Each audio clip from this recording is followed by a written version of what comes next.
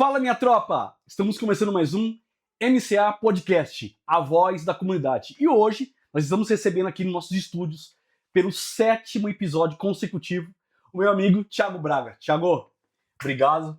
Grande honra receber você aqui. Fica à vontade. Primeiro, um prazer imenso estar podendo participar do podcast aqui da comunidade. Espero que a história e a experiência que eu conte aqui para vocês seja um momento de reflexão para todos e que inspire a minha história a outras pessoas a alcançar os resultados que eu tenho hoje. Certo. Bora começar? Bora! Thiago, vamos lá do início. Você é morador de Varinhas desde os 12 anos de idade, desde os 2. Como que foi crescer ali e quais os valores da sua infância que mais moldaram quem você é hoje? Só quem viveu os anos dourados, a infância de verdade num bairro de interior, sabe de fato o que viveu, né? Então, o pé descalço no chão, jogar bola todos os dias, né? Correr atrás de pipa e o ônibus passando, a poeira subindo, é só quem viveu de fato sabe. E com isso vem a simplicidade, né? Foi uma infância simples e uma infância humilde. Então, os valores que eu trago da minha infância para hoje é manter sempre a simplicidade e a humildade, seja na onde eu estiver. Falar nisso, esses dias eu estava vendo no Instagram. Eu vi uns vídeos, um Reels assim, que de várias etapas do orelhão, da locadora, do jogo de futebol, rua de cima contra rua de baixo. Realmente você falou assim, traz muitas lembranças boas. Tiago, então, quando que você começou a trabalhar no golfe, com apenas 13 anos, o que aquele garoto sonhava por futuro? Com 13 anos a gente não tem muitos sonhos, né? Nem certeza do que está fazendo. Nesse momento que eu comecei a trabalhar foi um momento antecipado, né? Normalmente as crianças não trabalham tão cedo, principalmente na época que a gente está vivendo, mas é uma oportunidade que apareceu para mim e que eu vi coisas diferentes que não estava acostumado no meu dia a dia, né? Que eram pessoas com poder aquisitivo um pouco maior, carros diferentes, né? Roupas diferentes. E isso acabou me trazendo um sentimento de querer também alcançar. Então, era uma criança iniciando a sua trajetória, mas que veio um pensamento diferente, ó, aquela pulguinha instalada no momento de transição de quem estava na juventude e subindo para a adolescência. Pô, legal. É, você passou pela área de logística, né? Trabalhou em empresas grandes como a Kimberly-Clark. O que essa fase te ensinou sobre responsabilidade e liderança? Conta aqui pra nós. A época que eu Aproveita, trabalhei. bebe uma água aí, cara. A época que eu trabalhei na Kimberly, ela, para mim, foi como se fosse uma escola de fato, né?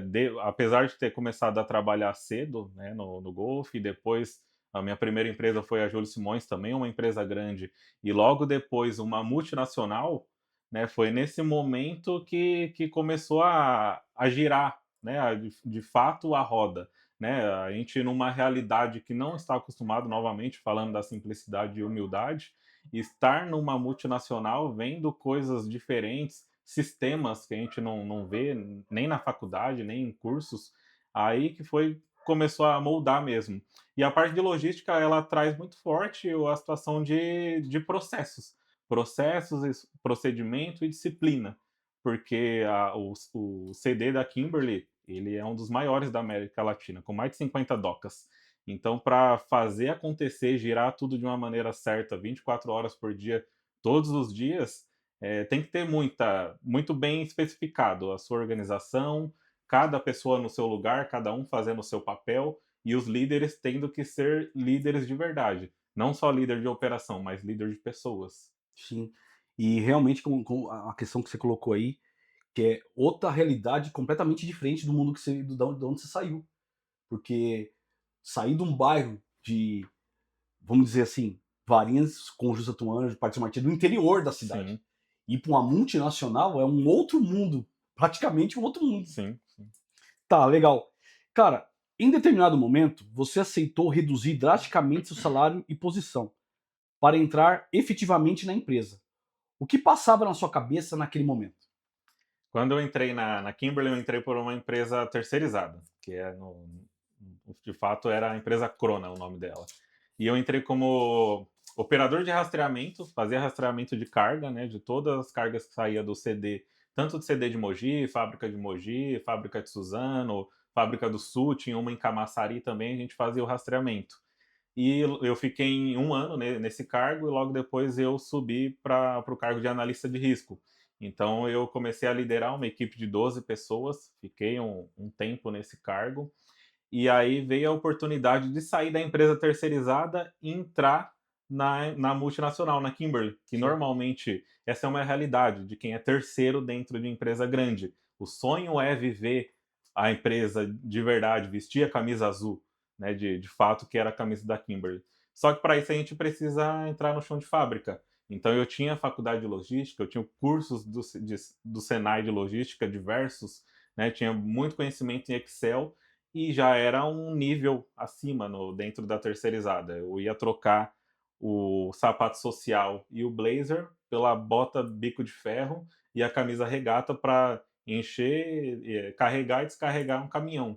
Então foi um momento sim de pensamento e de escolha, né? De fato foi uma escolha essa mudança. Sim. Na verdade, você teve que ter uma decisão bem difícil de tomar, né? Sim, foi uma decisão difícil, mas ela foi muito bem pensada. Sim. Nessa época não tinha Deus tão forte na minha vida, mas a gente agora entende que tudo tem um porquê e um propósito de acontecer, né. Sim. Então eu tinha uma imagem para poder transicionar dentro da Kimberly, eu ia entrar como chão de fábrica, depois e foi de fato aconteceu, né, entrei como auxiliar de produção, né, de carregamento, e depois eu virei paleteiro, depois operador de empilhadeira, conferente e foi subindo. A minha visão o que eu queria chegar era de novo num cargo de analista, só que agora dentro da Kimberly, com todos os benefícios que tinha e o salário astronômico, né. O tão sonhado que todo mundo sonhava. Isso. Pô, legal.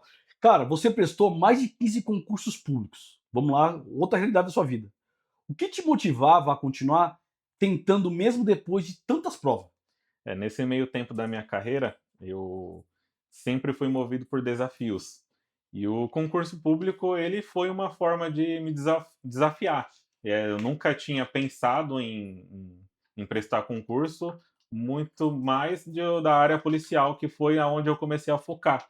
Então eu fiz diversos concursos da Polícia Militar, fiz diversos concursos da Polícia Civil, Guarda Municipal, fui para muitas cidades, São José dos Campos, fiz a de Suzano, fiz a de Mogi, a prova de Poá, né, que foi inclusive foi o que eu fui o cargo efetivo. Só que todos cada prova que você fazia tinha uma nova evolução. Então a partir do momento que eu fiz a primeira prova até a última, que foi a 15ª, quando eu fiz a 15ª, eu estava expert em concurso público. Então qualquer pergunta que tivesse, eu sabia tudo. Eu sabia fazer de fato. Só faltava a nomeação, né, porque passar eu passei em diversos. Só faltou acontecer mesmo de fato a posse, né. Sim. Cara, vamos lá. Quando que você foi convocado para a Guarda Municipal de Poá, como você pontuou aí, e depois recebeu a notícia de que ninguém seria empossado, você ficou sem concurso e sem emprego. O que É, passou pela sua mente naquele momento? Que olha, no dentre todos que eu fui chamado, o concurso de Poá foi o meu primeiro, né, por incrível que pareça, foi o primeiro concurso que eu fiz, só que teve um tempo, né, um lapso temporal de 2016 até 2021, que foi quando eu fui chamado para entrar no 2020, né, no caso. Fui chamado para fazer o curso de formação. Então foram 6 meses de curso de formação, o horário era das 9 da manhã até às 18h, então não tinha como eu trabalhar em outro lugar, precisei pedir as contas da Kimberly, então abandonei o meu sonho, que eu já estava galgando, então já estava chegando em patamares maior. Abandonei o meu projeto para buscar o que agora era o meu sonho, que era sim, ser policial. Né? Então a gente passou 6 meses, era eu mais 87 alunos, passamos 6 meses fazendo o curso de formação. E no dia da confraternização, quando eu já tinha acabado o curso, a gente recebeu a notícia lá na festa do secretário de segurança que ninguém ia ser empossado, ninguém ia ser chamado. meu Então Deus, a velho. gente fez o curso de formação a gente recebia R$ 980 por mês da prefeitura. Só que a gente estava como aluno, não era um cargo efetivo. E aí a gente recebeu essa notícia de que não ia ser, né, empossado, ninguém ia ser e não tinha o que fazer. Aí foi a hora que desabou para todo mundo, né? A gente estava numa festa fazendo churrasco, num sítio emprestado por um político da cidade, e aí nesse momento que ele deu a notícia, acabou a festa e acabou todo o resto, né? Realmente foi um balde de água fria, porque a Foi. partir do momento que vocês estão todos aí ali fazendo o curso, aluno, a ideia, olha, já entrei, tô fazendo um curso, vou ser efetivado, vou ser nomeado. E aí, de repente, aparece uma notícia, pô, realmente É, desanimadora, né? eu tinha o registro dentro da prefeitura. Tinha não, inclusive tenho, né, eu tenho 3 registros na prefeitura de Poá. O de aluno, o tempo que a gente ficou temporário e depois o efetivo. Então a gente tinha acesso ao portal da prefeitura, tinha tudo, a gente era um funcionário da prefeitura. E simplesmente acabou. Isso inclusive é motivo de processo, né, tem um processo movido por todos para depois de tudo que aconteceu, né, depois acabou chamando todo mundo, mas ele foi uma situação bem morosa e demorada, né, e nesse fato que aconteceu na época, acabou com a vida de todo mundo, né, e a gente teve que caminhar devagarzinho sem isso nesse momento, né. Nossa, terrível, terrível, terrível. Ô, cara, bebe, você vai morrer de sede aí, vai ficar com a boca seca, porque tem muita história pra contar ainda. Ó, foi aí que você começou a trabalhar de Uber, né? E até teve o motor do carro fundido 2 vezes. O que essa fase difícil te ensinou sobre perseverança?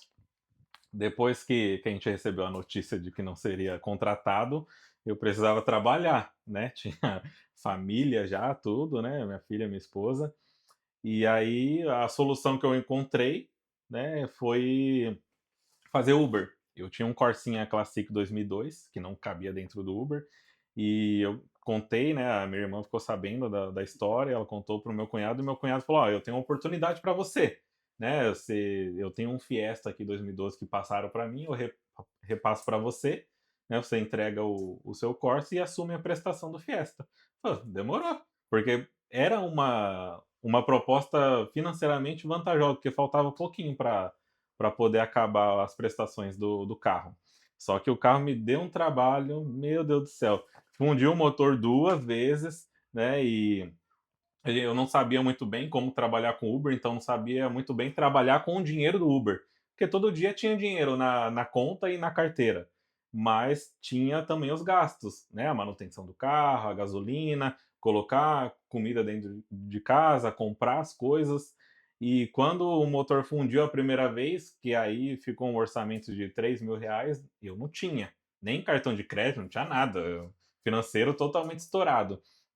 E aí surgiu também um colega dos meus parentes que era mecânico, né, o famoso mecânico, e arrumou o carro, ficou um tempo lá parado, arrumou e depois que ficou pronto, não ficou bom.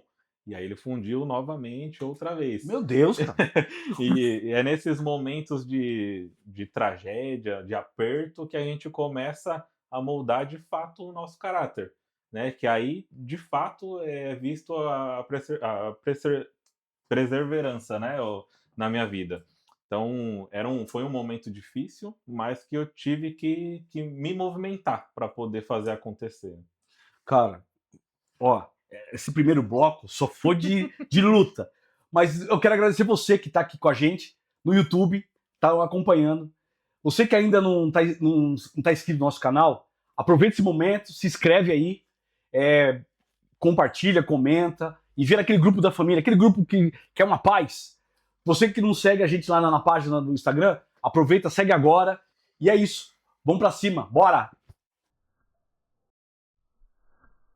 Fala pessoal, tudo bem? André aqui da Top Tech. Estou aqui para apresentar a empresa para vocês. Para quem não nos conhece, nós estamos no mercado há mais de 9 anos, desde 2016, cuidando do smartphone de vocês.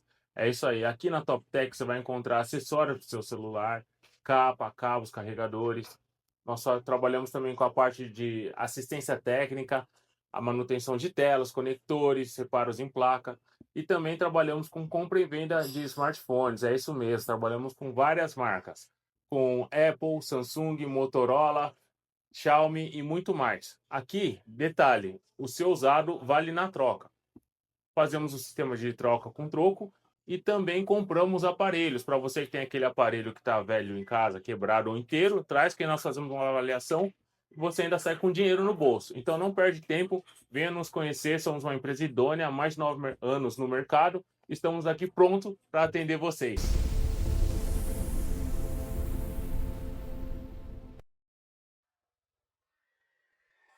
Thiago, voltando aqui, em 2021, você finalmente foi convocado para assumir lá na Guarda Municipal, lá em Poá. Como foi o sentimento naquele dia, depois de tudo que você passou? Aí de fato que começa a reviravolta da vida, né? E depois de tudo que a gente passou, né? E vem a lembrança na nossa cabeça, né? Na minha cabeça, na verdade, né? O tempo de infância no bairro que eu vivi, depois o tempo que eu passei nas empresas que eu trabalhei, o tempo que eu passei de Uber, que era recente, né? Esse estava recém-chegado esse problema. E quando veio a notícia que a gente seria 25 agentes convocados, dos 88 que tinha, seriam os primeiros 25, veio junto com a pandemia, foi no ano que começou a pandemia. Então, o que foi motivo de tristeza para algumas pessoas, para mim foi motivo de felicidade, apesar de tudo que estava acontecendo, né? Ainda não estava rolando tantas mortes como aconteceu, tava todo mundo sem entender de fato como seria, e a gente não estava nem usando máscara, nada, mas a prefeitura ela já estava se preparando para o que estava por vir, né? Que foi o tempo de lockdown que a gente teve, né? A cidade vazia, então só algumas coisas funcionando. E nesse primeiro momento foi um momento de felicidade, né? Para mim e para os 25 que entraram, Boa. né? Para o restante ainda era um momento de frustração, mas foi um momento de alívio, né? Porque nesse momento eu estava com o segundo motor fundido, então sem trabalhar já, Então chegou a fazendo notícia isso, num... fazendo alguns. Chegou na hora certa, no momento que era para ser, né? No momento crucial. Então era um sentimento de alívio, de gratidão e que agora vai, agora as coisas vão tocar, né? Pô, cara, essas primeiras perguntas, eu tava até triste aqui, começou a apertar, falei, cara, esse cara sofreu pra caramba, mano. Vamos lá. Cara, aí você participou de várias operações de salvamentos. Qual dessas experiências mais marcou o seu coração como policial? Normalmente, quando as pessoas vão conversar com um policial ou um ex-policial, normalmente a pergunta essa é normal, de todo mundo faz. Se você já fez alguma vez na sua vida, não se sinta culpado por isso. É perguntar quantas pessoas você já matou, ou quantos tiros você deu. Isso é comum, todo mundo pergunta Todo mundo tem esse interesse, todo né? mundo quer saber. Só que ninguém pergunta quantas vidas o policial salvou. E que é, de fato, muito mais. Eu nunca matei ninguém. Às vezes eu posso ter matado de desgosto uma mãe depois que eu prendi um mala na biqueira, por exemplo. Sim. Mas salvar, eu tive 3 situações que foram um momento de ápice de verdade, que de fato eu entendi que eu estava na carreira certa, estava no momento certo, as coisas aconteceram no momento que teve que acontecer, né? Que foi lá em Poá, na cidade tem um viaduto. E normalmente nas cidades que tem o viaduto, ele tem um índice um pouco mais alto de suicídio. Eu acredito que seja isso que aconteça aqui em Mogi também, em Suzano. As pessoas costumam se suicidar se jogando do viaduto. Então é bem comum isso. Então quando acontece, normalmente não comove muitas pessoas. E quem está de fora não tem esse conhecimento. Depois, quando a gente entra, que a gente tem o conhecimento dos dados da cidade, que a gente vê que realmente acontece toda semana. E uma delas foi, trabalhava numa equipe especializada, né? Eu era o terceiro homem, ficava atrás do motorista, e a gente subindo o viaduto, já era noite já, e a gente viu uma pessoa debruçada na proteção do viaduto. E aí, normalmente, quando acontece uma abordagem policial, os agentes de dentro da viatura se conversam e é muito rápido, é instantâneo. Quando a gente vê uma situação suspeita, a gente fala: "Você viu?" Aí eu falo: "Vi, vamos, vamos." Aí é a hora que nós vamos. E foi o que aconteceu com o rapaz. A gente passou, viu ele encostado na proteção, falou: "Vocês viram? Vimos? Vamos, vamos." Aí foi o tempo que a gente fez o balão, não deu 5 segundos. Voltamos no viaduto mesmo, paramos do outro lado E nesse momento que a gente fez a volta, ele estava aqui primeiro, quando a gente passou, a proteção estava aqui. Quando a gente voltou, ele estava já para fora, com o corpo para fora, pronto para pular. E era o meu lado, né? O lado do motorista. Então foi o tempo que o motorista parou a viatura. Quando ele foi puxar o freio de mão, a gente já abre a porta junto, todo mundo junto, mas eu saí primeiro, né? Então nem vi se tinha carro vindo, descendo, e já atravessei a outra mão também. E foi a hora que eu peguei ele aqui. Eu peguei e ele fez assim. Ele era bem forte, ele devia ter uns 120 quilos, e depois a gente descobriu que ele era faixa preta em karatê, né? Então ele podia ter me Levado junto. levado junto, e na hora que eu encaixei, que ele puxou, meus 2 parceiros seguraram no braço dele, que foi isso que fez eu não descer, né? Na época eu tinha 70 quilos, ele 120 já, Nossa. com muito mais força, né? Então a gente pegou, puxou ele, trouxemos ele para o outro lado, e aí quando a gente vai desenrolando a ocorrência, conversando com a pessoa, a gente vê de fato o que motiva, né? E às vezes é até um motivo bobo, por exemplo, uma depressão, porque a gente não... Quem nunca passou não sabe de fato o que é. Às vezes e parece que é frescura, que é bobagem, mas quando a gente começa a entender, ou os especialistas, os médicos, pode falar com mais clareza sobre isso, que tem uma movimentação dentro da cabeça que você não vê mais solução. A solução que você vê é se matar, que aí acabou. Não tem mais sofrimento, não tem nada. Então, essa foi uma das ocorrências que mais me marcou e que, de fato, eu entendi que era para eu estar lá, naquele momento, era para eu ter assumido a guarda não em 2016, mas sim em 2021, porque eu teria um entendimento e que e de, por causa disso, eu estava numa equipe especializada, eu estava com quem eu estava para naquele dia salvar aquela pessoa. Cara, que história incrível. E pegando um gancho do que você falou, as pessoas realmente elas não valorizam essa parte. Elas valorizam quanto matou. Mas eu acredito, não sei se é a sua opinião, que, por exemplo, se falar aqui do Brasil, mas tem em outros países, mas a gente precisa falar daqui. Vai muito do caráter, né, da criação das pessoas. Porque dependendo da criação, a pessoa valoriza o policial a parte boa. Só que dependendo da criação, valoriza o policial, vê o policial como uma pessoa má. Quem vê o policial como pessoa boa são as crianças. As crianças adoram, elas tratam o policial como um super-herói. Vê a viatura, ficar doido para entrar na viatura, para colocar a boina ou o boné e apertar a sirene da viatura. As crianças, é, quem dera se todo mundo tivesse um pensamento como criança, ou como aquele louvor que canta, quero ser como criança, Sim. né? Porque é a criança de fato que não vê coisas ruins. O adulto é cultural, esse é do ser humano, Sim. né? As coisas ruins engajam. Você vê passando num programa de televisão, o que engaja? O policial acabou de alvejar 4, pegaram, tá correndo na mata. É isso que engaja. Aí eles criam uma narrativa gigantesca. Isso, é o sofrimento que traz, né, o que traz o ser humano para ficar olhando. Coisas boas. E muitas vezes joga a população, a própria imprensa, joga a população contra o policial. O policial tá ali tentando salvar a vida, tentando resolver problemas. E aí a imprensa, por causa de uma situação, ele pode fazer 10 coisas, 100 coisas boas.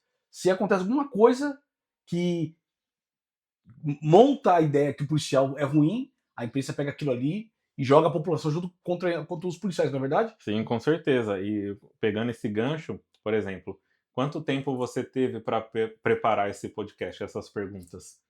Mais de um dia, né? Agora, o policial, quando ele tromba um mala com uma arma na mão apontando para ele, quantos segundos ele tem para poder decidir se ele vai atirar, se ele vai falar, se ele Você vai vai esperar abaixar, tomar um o tiro que ele primeiro. vai fazer? E aí depois quem está atrás de um computador, numa tela, num computador, num teclado digitando sobre a ocorrência, ela vai simplesmente julgar. Pô, você não viu que a arma dele era de brinquedo? Só que ele sabe que é de brinquedo. Depois que a ocorrência acabou, que os especialistas chegaram, viu que era, o delegado chegou, mas nem todo mundo tem a mesma quantidade de tempo para decidir. Então, você teve mais de um dia para decidir o que você ia perguntar, né? O nosso bate-papo aqui, a sua pergunta, em segundos eu tenho que decidir o que eu vou responder. Verdade. Só que se eu responder errado, na próxima pergunta a gente se resolve. E o policial que deu um tiro? Não tem A como. palavra dada e um tiro Não volta atrás. não tem retorno. Pô, legal. Cara, teve também o resgate de uma criança autista que estava desaparecida. Conta pra gente como que foi viver aquele momento e o que você sentiu quando encontrou a criança. Essa ocorrência eu digo que eu vou contar em todos os lugares que eu for, que eu tiver a oportunidade de contar, e para quem quer que seja. Essa ocorrência eu vou contar para os meus netos. Quando eu tiver Legal. netinhas, eu vou contar, ó, quando o vovô foi policial, aconteceu essa situação. Que no caso eu era da equipe especializada, nesse dia eu estava de extra, então eu estava com dois parceiros, uma policial mulher, que era a encarregada da viatura, e o outro parceiro era um homem, e os dois mais antigos de corporação do que eu era. E já era noite, era um plantão noturno, a gente fazendo patrulhamento de área comum, e a gente encontrou uma família totalmente desesperada. A mãe que veio de encontro à viatura. Ela veio gritando: "Ah, meu Deus do céu, meu filho sumiu. Ele estava aqui no portão, aí agora o portão tá aberto, eu não sei onde tá. Não sei nem quanto tempo saiu." Né? Sei que foi num lapso menor, mas não tenho a mínima ideia para onde foi. Não tem câmera aqui na rua, nada. E aquele E desespero na rua. totalmente desesperado. Ela falou: ó, aí mostrou a foto dele, falou: essa criança, ele tá com essa camisa, que era uma camisa azul marinho, né, escuro, e a foto da família estampada na camisa. Ela falou: a gente pegou os dados dela, jogamos no rádio, eu era motorista da viatura nessa ocasião, e a gente foi procurar a criança, né, e totalmente sem apoio, não tinha suporte tecnológico. Porque primeiro a gente não sabia para onde a criança foi. A rua é no meio da cidade, Podia ir né? pra Isso, a qualquer gente, direção. qualquer lugar a criança poderia ter ido. E a gente não tinha apoio das câmeras da cidade, que a cidade também não tinha câmera, não tinha nada. E a gente foi rodar atrás da criança. A minha parceira, né, a policial feminina, ela é mãe de uma criança que também é autista. Então, eu acredito que para ela, nós sentimos a ocorrência na hora e a gente precisa se manter centrado, mas eu acredito que para ela chegou como se fosse o filho dela, né? E aí o cenário ele começa a ficar mais dramático nessa situação.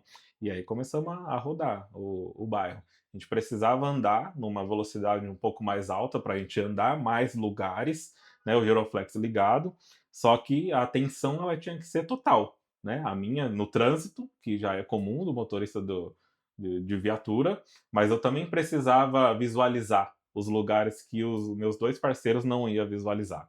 Então a gente ia rodando, e aí passou um tempo, né, a gente fez a rotatória que tinha ali no Teatro Municipal, em frente ao McDonald's.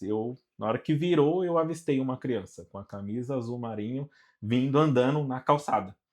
E aí, de longe, eu não tinha nem reconhecido, mas eu vi vindo na minha direção. E aí eu falei para ela: "Ó, ele ali." Ela olhou: "Será que é?" Eu falei: "É ele, é ele." E aí, nesse momento, ele desligou o giroflex para não chamar atenção, afinal era uma criança autista, então os sinais eles teriam que ser um pouco mais tranquilos e ela vinha com uma sensação de nervosismo, andando mesmo perdida, né? Então a gente, e além disso, né, dessa complexidade, essa via que a gente virou, elas são três mãos, então é um movimento intenso de carro. Então eu fui pelo lado direito, que é para onde ele estava, o lado da policial que estava junto com a gente, e eu precisava ir de uma maneira tranquila, que ele não se assustasse, nem voltasse e nem entrasse para a rua, porque eu não ia conseguir fechar as três mãos, só a minha que estava fechada. E aí foi no momento que desacelerei a viatura e a gente foi bem devagarzinho e ele vindo de encontro. Quando chegou bem pertinho da gente, a policial abriu a porta, falou: "Calma, calma, a tia tá com você, calma." E ele já ficava assim, balançando a cabeça.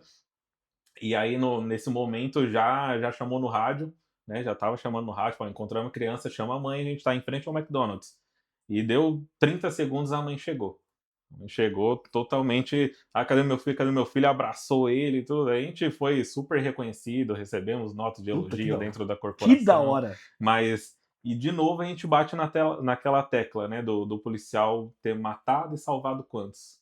Né, as duas ocorrências, de fato, três, né, que dessas duas que eu estou narrando, é de um sentimento mesmo de gratidão por estar naquele lugar e que deveria estar. Esses E- caras vêm aqui, esses caras ficam emocionando a gente, velho. Ou eu sou muito coração mole que. Não, foi uma ocorrência emocionante mesmo que, igual eu falei, aonde eu for e com quem for, eu vou contar essa situação Nossa, muito lindo isso aí, cara. e que ela é, mesmo para quem não tem filho, para quem não tem um familiar que é autista, ela é comovente, porque a ocorrência com criança, ela é comovente. Mas se não fosse uma criança, se fosse um adulto, qualquer outra pessoa, a gente tá Deixa eu salvando. Então, respirar, deixa eu respirar. o tempo que eu fiquei na guarda, se eu tivesse acontecido somente essa ocorrência e o restante dos plantões eu tivesse passado dentro de uma praça, dentro da prefeitura, já ia ter valido a pena. Ah, tá certo.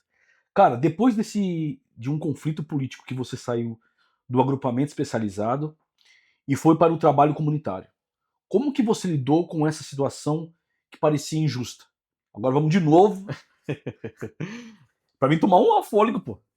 Vou até tomar uma água aqui para lembrar desse fato. Porque agora nós saímos do AM e foi para FM, né? Para você ver, desde quando eu entrei na guarda, eu já entrei no grupamento especializado, que era o grupamento de Romu. E nessa época eu estava em outro grupamento, que era o de Romo, que era o das motos. Então eu liderava o grupamento das motos. E sempre teve muito forte na minha veia o especializado. Né? Sempre vibrei muito. Em todo lugar que eu trabalhei era vibração total. E era muito top. Era muito top.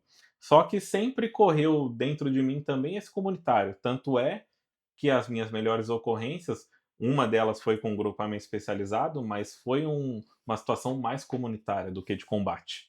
Né? Mas eu gostava muito do especializado e gostava do combate, de ter essa situação, né? De dar banho, né? Tomar banho e dar banho em quem estava trabalhando com a gente. Né? E infelizmente, por uma situação política, a guarda, a polícia militar, a polícia civil, ela é politizada, porque está dentro da prefeitura, não Não tem tem como como. fugir. Tem como fugir.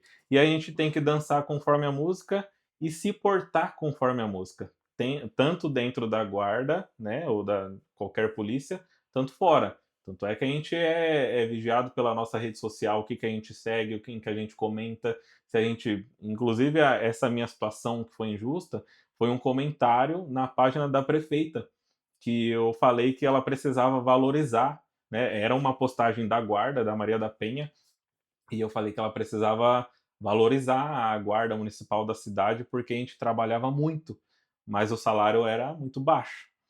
E a secretária ela ficou totalmente incomodada, e no outro plantão que eu assumi, veio a notícia que eu não faria mais parte da equipe A especializada. retaliação veio de forma Sim, não, rápida. ela veio de um dia para o outro. E para mim foi desabou total. Eu era líder da equipe. Com isso, já estava entrando os outros agentes que tinham ficado de fora Sim. dos 25, já estava entrando outros, e a gente que era os líderes, que dava as aulas, que passava todo o treinamento, o ensinamento que a gente passou, recebeu dos nossos mentores, a gente já estava passando para frente.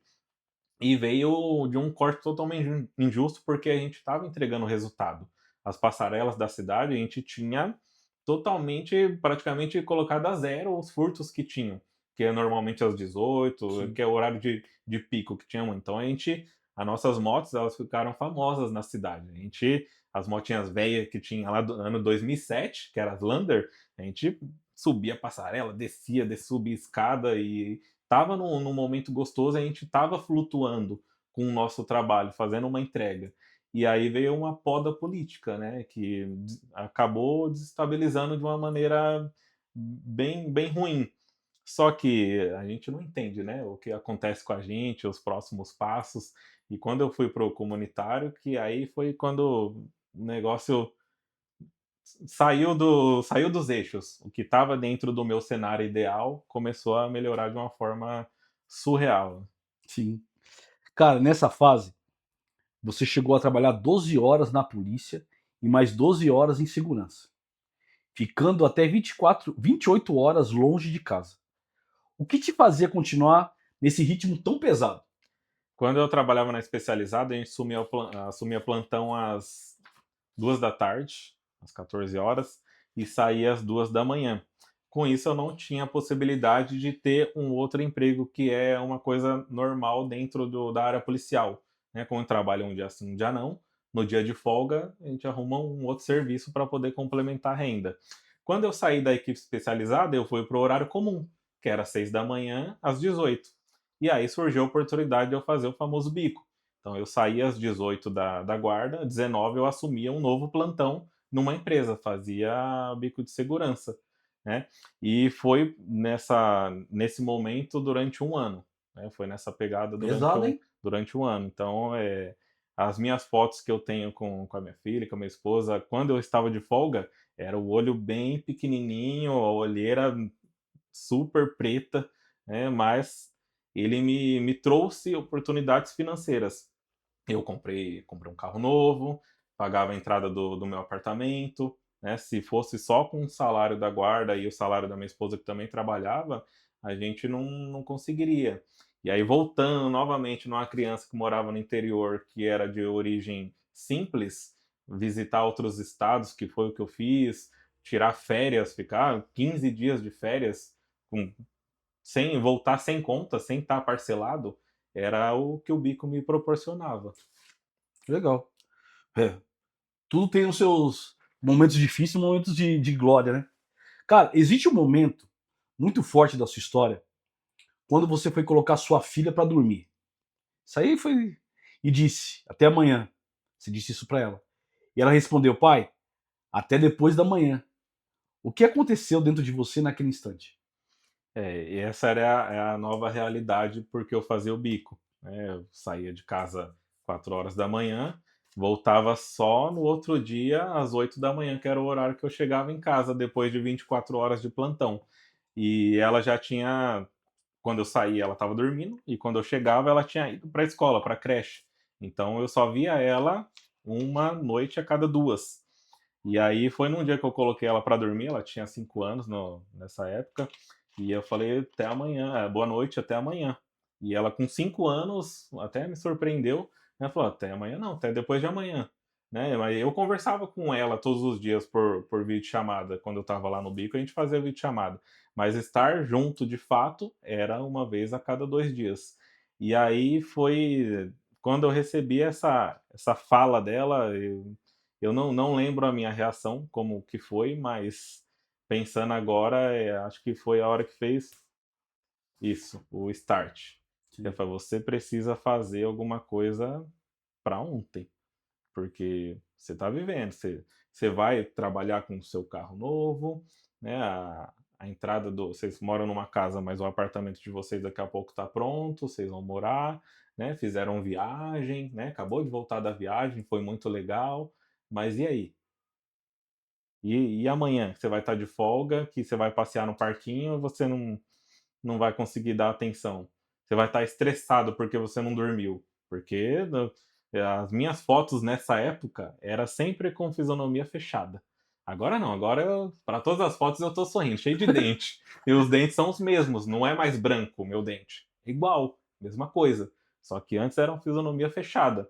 Então o relacionamento com a minha filha e com a minha esposa, nesse momento, ele foi sacrificado por uma situação financeira. E aí eu precisei receber a lição de uma criança de 5 anos. Nem imaginava que o quão importante essa fala dela foi Quanto ia para mexer com você? isso, para quanto de evolução ia acontecer por causa dessa fala dela.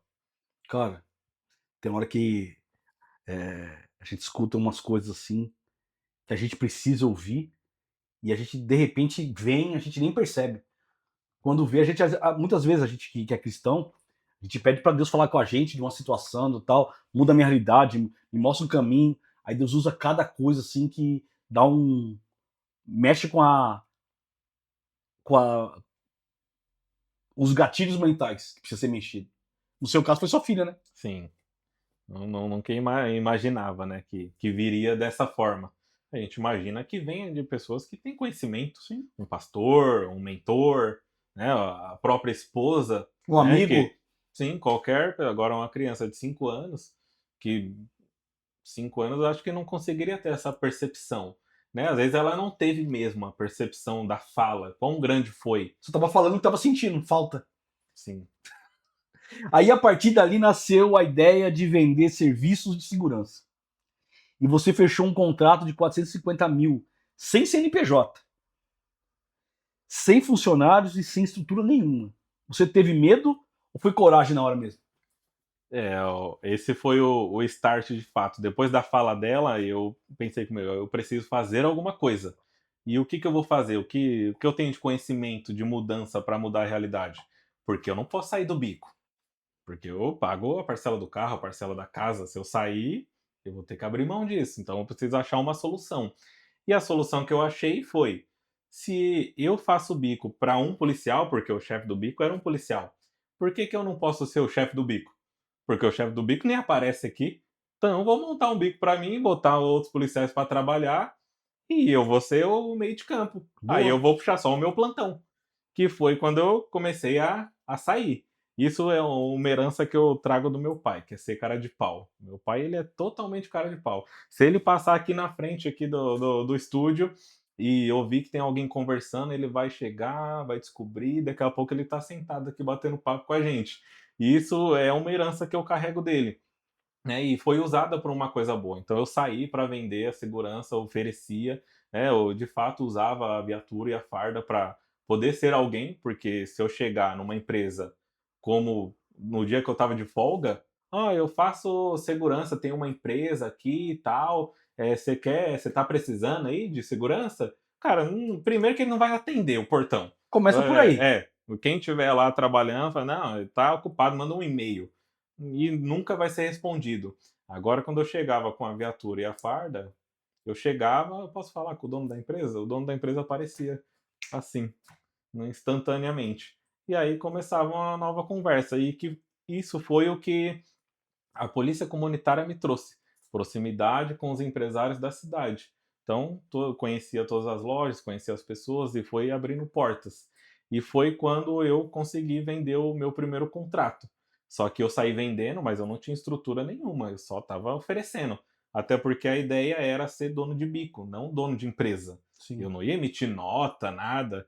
Mas aí quando chegou nesses valores tão altos, né, esse valor desse contrato diluído em 2 anos, e aí o empresário falou: beleza, aí você me manda os dados da empresa, seu CNPJ, contrato social, né, a sua JUSEF, manda aí para mim. E o nome dos funcionários que vão puxar o plantão aqui. E aí eu não tinha, eu não tinha nada. Falei, meu Deus, e agora? E aí eu fui atrás da contabilidade, falei, preciso montar uma empresa assim, assim, assim. E foi quando surgiu o grupo ALK. Vendi o primeiro contrato e vamos embora. Foi pegando Foi, funcionário na rua. foi realmente, de fato, não teve nem tempo de ter medo. Eu só simplesmente saí para vender porque eu tava com a bagagem pesada da minha filha.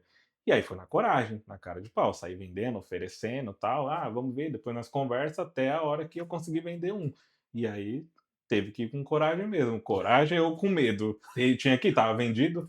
Que história, que história. Cara, no começo você mesmo chegou a trabalhar como porteiro na obra, para não perder o contrato. Que história, hein? O que essa fase te ensinou sobre humildade e liderança? Essa é o momento que muda a chave da empresa. A empresa já existia, CNPJ ativo, funcionários trabalhando. Eu tinha 4 funcionários, que era 2 da noite e 2 do período diurno. E eu estava com 3 meses desse contrato. Um dos meus funcionários ele seria desligado na experiência porque não coube, né? Não conseguiu trabalhar com a gente de uma maneira muito legal. E aí esse outro funcionário do período diurno, ele faria hora extra para poder cobrir essa lacuna enquanto eu fosse contratar outra pessoa. E só que na semana que eu demiti esse primeiro funcionário, o outro pegou dengue. E aí, Nossa. para colocar lá na obra, no contrato, eu precisava de pessoa registrada, não poderia ser alguém fazendo um bico, por exemplo. E aí a única solução que eu encontrei foi eu fazer os plantões. Eu consegui umas folgas lá na guarda, porque eu ainda trabalhava na guarda, tinha saído do bico já. E aí eu passei a semana lá, fiquei 5 dias puxando plantão e uma outra pessoa puxou o final de semana. Nesse lapso de 5 dias, eu conheci algumas pessoas lá dentro que eu já estava começando a conhecer, que era o coordenador administrativo de obra da construtora. E de terça-feira até sexta, um coordenador visitou a obra todos os dias. E a gente foi muito bem falado. Como era o meu único contrato, eu dava muita atenção para o contrato, né? E aí, inclusive, ainda dou. Esse contrato ele me gerou coisas novas, né, gigantes. Mas na época só tinha ele tinha a minha atenção, né? E aí a gente foi indicado para esse coordenador pelo engenheiro, pelo administrativo. E nesse tempo de 5 dias eu fechei 4 novos contratos com esse coordenador. Que legal, cara. Então, de uma situação que foi ruim, foi a demissão de um funcionário que a gente apostou tudo nos 4 que era para começar, a doença desse outro funcionário que pegou DEM, graças a Deus, ele é o nosso 01, é o funcionário 01, ainda tá ativo com a gente. Sei. Da doença dele ter ficado uma semana fora, foi ruim para mim, porque a gente tem que pagar quando tá de atestado da mesma forma. É ruim porque eu tive que pegar as folgas na guarda, então eu poderia não ter conseguido as folgas, e eu era dono da empresa. O dono não fica na portaria, Sim. né? Você É pega uma coisa normal, né? você pega uma empresa grande aqui da região, você pega a Padrão. O dono da Padrão puxa plantão na portaria do condomínio? Não. Você não vê. E eu precisava passar isso, que a gente era uma empresa grande, mas eu estava lá na portaria. E aí eu usei essa situação como um diferencial. Falando, eu estou aqui na portaria para poder sentir o dia a dia do porteiro. Vou passar essa semana aqui para poder ver a situação, se a cadeira está confortável, se a guarita está ok, se precisa de um ventilador novo. É de praxe a nossa empresa fazer isso. E eu, como dono, gosto de estar nessa linha de frente. Essa é a ideia que eu vendia.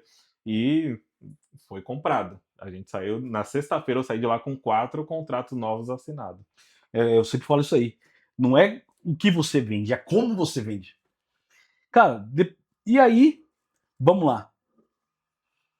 Essa pergunta aqui é complicada, hein, cara. Fala aqui pra gente aqui, ó. Se aquele menino de 13 anos que trabalhava no golfe, lá do início, no nosso programa, pudesse ver hoje o homem que você se tornou, policial, pai, empresário, com 40 funcionários, o que você acha que ele diria pra você hoje? Eu começo a lembrar das pessoas que eu via quando eu tinha 13 anos, como eu falei no começo. O pessoal chegando com um carro bacana, uma roupa de grife, os tacos de golfe caríssimos, que são todos importados, nem tem aqui, né? E eu me vejo agora no lugar que eu queria chegar, e eu me vejo lá. Tanto é que eu participo do campo de golfe, eu vou no campo de golfe, participo como jogador. Então, só que agora eu preciso mudar a história.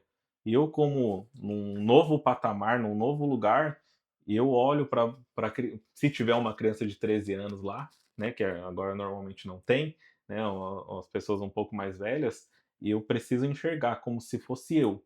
Então, se encontrasse o Thiago de 13 anos chegando lá num carro bacana, numa roupa legal, mas ainda carregando a virtude da simplicidade, eu daria simplesmente um parabéns, né?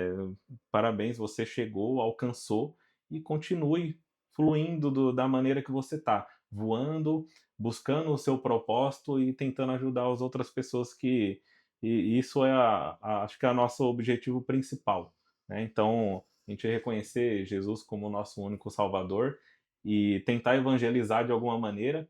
E a maneira que eu faço o evangelho é entregando a minha vida a Ele e mostrando a minha vida como exemplo baseado em Jesus, né? Eu tentar chegar no que eu penso de resposta, no que eu vou fazer, como se Jesus estivesse no meu lugar.